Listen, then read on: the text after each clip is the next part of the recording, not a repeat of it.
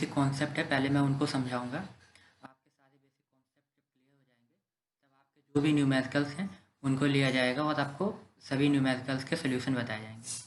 तो देखिए, सबसे पहले एक बेसिक कॉन्सेप्ट बिल्कुल स्टार्टिंग से स्टार्ट करते हैं। मोल्स का है। मोल्स होता क्या है, डेफिनीशन लिखी हुई है, पहले उसे रीड कर लेते हैं। A mole of a substance और particle defined as exactly 6.023 into 10⁻23 atoms and the weight of one mole is equal to the atomic/molecular weight of that atom or molecule। तो देखिए, इसमें ये तो डेफिनीशन है, इसमें कहा क्या गया है। मोल्स होता क्या है, आप ऐसे समझिए जैसे आप मार्केट जाते हैं और आपको बनाना लेना है, तो आप क्या कहते हैं, एक आप यूनिट बोलते हैं डजन। 1 डजन का मीन्स क्या होता है, आप अगर मार्केट में 1 डजन बनाना मांग रहे हैं मतलब आप 12 मांग रहे हैं, आप 12 बनाना परचेज करना चाहते हैं। वैसे ही मोल्स होता है, मोल्स एटम्स में यूनिट चल रही होती है। आपको कहा आपको 1 मोल एटम चाहिए।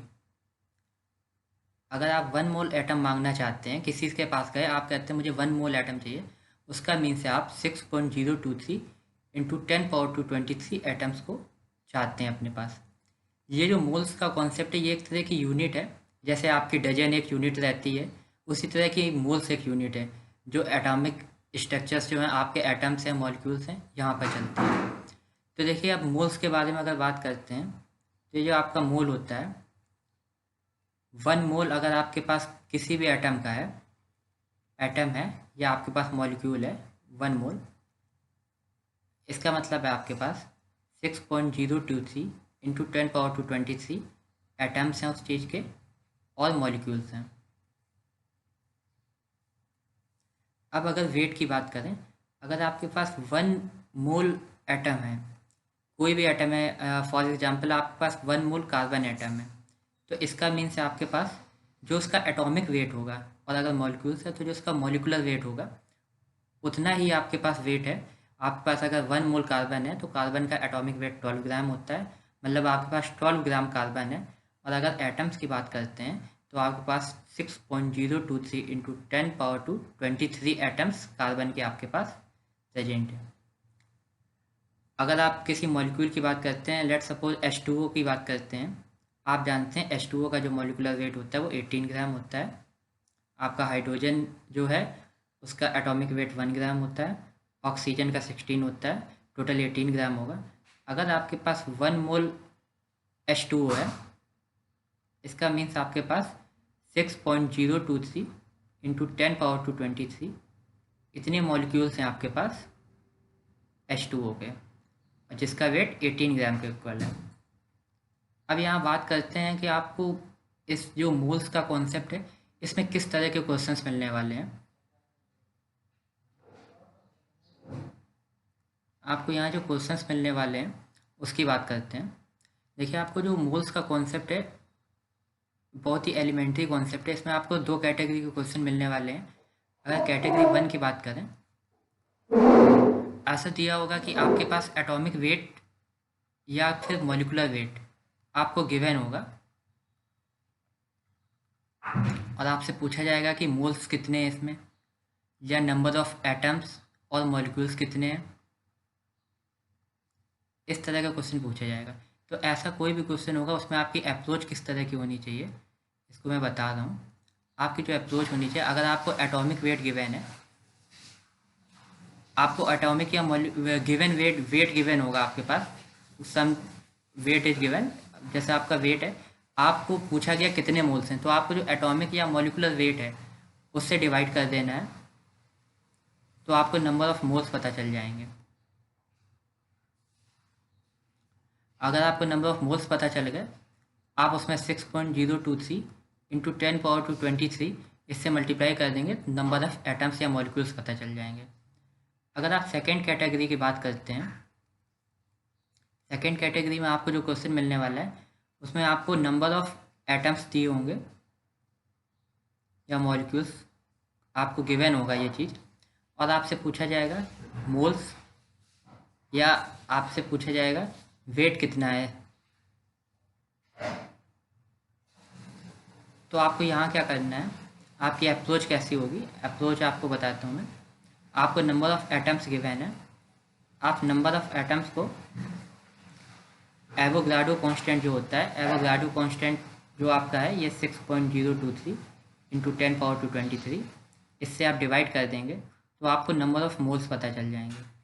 नंबर ऑफ़ मोल्स मिलते ही आप अगर उसके एटॉमिक वेट से मल्टीप्लाई कर देते हैं तो आपको वेट जितना उस सब्सटेंस का उस टाइम है, वेट आपको पता चल जाएगा कि कितना वेट लिया गया है इस टाइम पे। तो आपको इस दो कैटेगरी के क्वेश्चन ही मोल्स के कॉन्सेप्ट से मिलने वाले हैं। आपके यूपी 2 के एग्जाम्स में इन दो कॉन्सेप्ट से बाहर कोई क्वेश्चन नहीं आएगा मोल्स के कॉन्सेप्ट से। नेक्स्ट कॉन्सेप्ट की तरफ कुछ टर्म्स हैं जो आपको बार बार मिलेंगे इस चैप्टर में, जैसे कि solute, solvent, solution. In terms को क्लियर कर लेते हैं कि इनका मीन्स क्या होता है। आपको फ्रिक्वेंटली इस चैप्टर में ये टर्म्स बार बार यूज होंगे, इसके ही हेल्प से आपको मोलैरिटी मोलैलिटी के कॉन्सेप्ट्स भी समझाए जाएंगे। तो पहला टर्म है solute. What is solute? Definition is given that a substance that is dissolved in solution is called solute. अगली definition पढ़ते हैं, solvent. What is solvent? A solvent is the component of a solution that is present in greater amount. And solution, combination of solute and solvent is called solution. तो यहाँ समझते हैं कि इसका means क्या होता है। देखिए सॉल्यूट, सॉल्वेंट और सॉल्यूशन होते क्या हैं। सपोज आपको सॉल्ट है प्लस वाटर, आपको इन दोनों को मिक्स करना है और आपने इन दोनों को मिक्स करके एक सॉल्यूशन बनाया। यहाँ पर आपने सॉल्ट और वाटर को जो मिक्स किया है, इससे जो फॉर्म होता है वो एक सॉल्यूशन है। हालांकि आपको पता है जैसे सॉल्ट होता है वो वाटर में कम्प्लीटली मैसअप्ड हो जाता है, तो ये जो सॉल्यूशन है ऐसे सॉल्यूशन को हम लोग होमोजीनियस कहते हैं। तो देखिए यहाँ सॉल्यूट क्या है, सॉल्यूट की बात कही गई है कि जो सॉल्वेंट में डिजॉल्व होता है उसे सॉल्यूट कहते हैं। तो हमारे एग्जाम्पल में जो सॉल्ट है ये एक सॉल्यूट की तरह वर्क करेगा, ये आपको सॉल्यूट हो गया। Solvent, a solvent is a component that is present in greater amount. आप सॉल्ट और वाटर को मिक्स करेंगे, कभी भी ऐसा तो होगा नहीं कि सॉल्ट ज़्यादा होगा और वाटर कम ले लेंगे आप। तो जब आपका वाटर जो होगा वो एक्सेस अमाउंट में होगा, सॉल्ट आपका लिमिटेड अमाउंट में होगा जो उसमें डिजॉल्व हो रहा होगा। तो जो आपका वाटर है वो सॉल्वेंट की तरह वर्क करेगा, और जब आप इन दोनों को मिक्स कर देंगे तो आपका सोल्यूशन फॉर्म्ड हो जाएगा। इस तरह आपका सोल्यूट, सॉल्वेंट और सॉल्यूशन का कॉन्सेप्ट होता है। चलिए आगे बढ़ते हैं। आगे आपका मास परसेंटेज का कॉन्सेप्ट लिखा है। देखिए जब आप सॉल्यूशन बनाते हैं तो उसमें कॉन्सेंट्रेशन की बात की जाती है कि आपका जो सोल्यूट है वो कितने परसेंट प्रेजेंट है, इसका जो कॉन्सेंट्रेशन बताया जाता है। आप कैसे बताएंगे कि आपका जो सोल्यूशन है वो कॉन्सेंट्रेटेड है, माइल्डली कॉन्सेंट्रेटेड है, हाईली कॉन्सेंट्रेटेड है। मीन्स कॉन्सेंट्रेशन का मीन्स होता है कि जो सोल्यूट है उसकी अमाउंट आपके सोल्यूशन में कितनी है। तो इसको रिप्रेजेंट करने के लिए, आपके कॉन्सेंट्रेशन को रिप्रेजेंट करने के लिए कुछ टर्म्स होते हैं। उन्हीं में से पहला टर्म है मास परसेंटेज। W/W का मीन्स है weight by weight, weight by weight mass percentage. तो इसका डेफिनेशन आगे दिया है, it is defined as mass of the component in the solution, total mass of the solution into 100। इसको समझते हैं एक एग्जाम्पल से। आप एग्जाम्पल आपने लिया, मान लीजिए आपके पास 100 ग्राम कोई सोल्यूशन है। मान लीजिए आपके पास इथाइलिन है, इथाइलिन का आपके पास 100 ग्राम का सोल्यूशन है, और आपने कोई भी सोल्यूट है उसमें आपने ये मान लीजिए 10 ग्राम सोल्यूट मिला दिया है। आपने जो 10 ग्राम सोल्यूट उसमें मिक्स कर दिया है, अगर आप कहते हैं कि आपको निकालना है मास परसेंटेज निकालना है, आपका टोटल सोल्यूशन 100 ग्राम का है, 10 ग्राम आपके पास सोल्यूट है, तो आपको अगर mass percentage wait by wait में निकालना है, देखिए mass of component in the solution, आपका कंपोनेंट क्या है solute, total mass of the solution 100 ग्राम आपका मास है सोल्यूशन का इंटू 100। ये देखिए यहाँ 10, ये जो 10 है ये आपका 10% आ गया। जो 10% है आपका, ये 10% आपका वेट बाई वेट सॉल्यूट का कॉन्सेंट्रेशन है, जिसे मास परसेंटेज कहेंगे सॉल्यूट का। और आपका जो यहाँ पे सॉल्वेंट की अगर बात की जाए, 100 ग्राम सोल्यूशन है, अगर 10 ग्राम सॉल्यूट है तो आप ऑब्वियस सी बात है 90 ग्राम आपके पास सॉल्वेंट है। तो इस तरह आपका जो कॉन्सेंट्रेशन है उसको रिप्रेजेंट करने के लिए इस तरह के टर्म्स आते हैं। इस तरह के सारे टर्म्स को पहले आपको क्लियर किया जाएगा।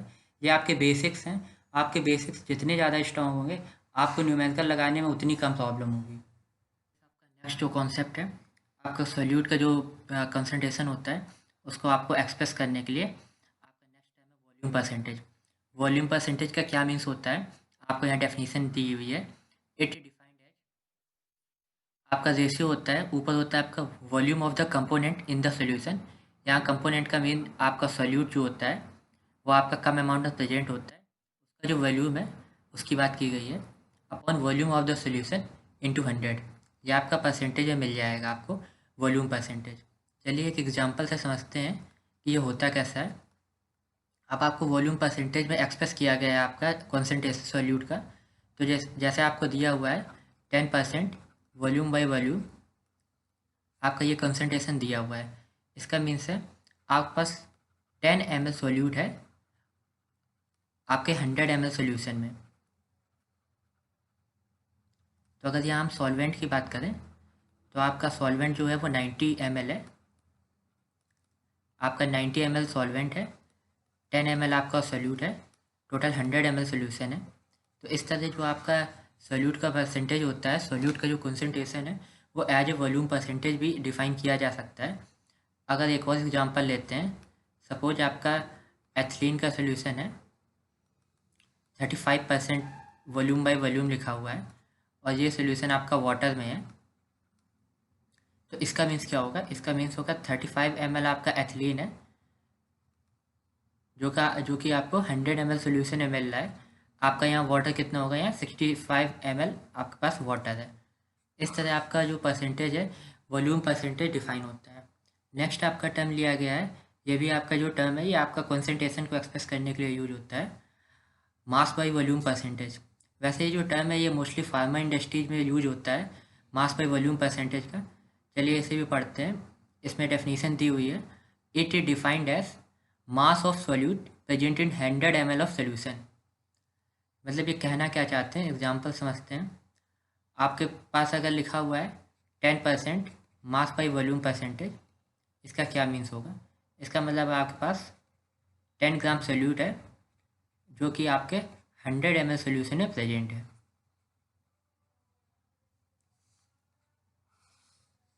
ये वाला आपका टर्म है, ये मोस्टली आप इस तरह जो मास बाय वॉल्यूम का देखेंगे, मास बाय वॉल्यूम में आपको कंसंट्रेशन दिया होगा सोल्यूट का, ये फार्मा इंडस्ट्री में मोस्टली यूज होता है।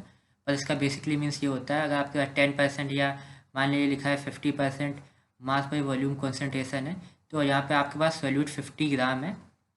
जो पहले मास दिया होता है m/v, m का मतलब ये आपके सोल्यूट के कंसंट्रेशन को रिप्रेजेंट कर रहा है, वॉल्यूम आपका 100 ml सोल्यूशन के लिए है। तो देखिए जैसे 15% मास पे वॉल्यूम दिया हुआ है कंसंट्रेशन, इसका मीन्स आपके पास 15 ग्राम सोल्यूट है जो कि 100 ml सोल्यूशन में प्रेजेंट है। Thank you. आपको ऐसे कंसंट्रेशंस के और भी टर्म्स मिलेंगे। आपको इसके बाद आपकी क्वालिटेटिव प्रॉपर्टीज़ कंप्लीट कराई जाएंगी। क्वालिटेटिव प्रॉपर्टीज़ के बाद उसके न्यूमेरिकल्स होंगे और आपका ये चैप्टर एंड हो जाएगा। और भी आपके कुछ बेसिक टर्म्स अभी बचे हुए हैं, जैसे मोलैरिटी, नॉर्मेलिटी जैसे कॉन्सेप्ट हैं, वो भी आपको बहुत अच्छे से बताए जाएंगे। So stay tune to our channel. Thank you.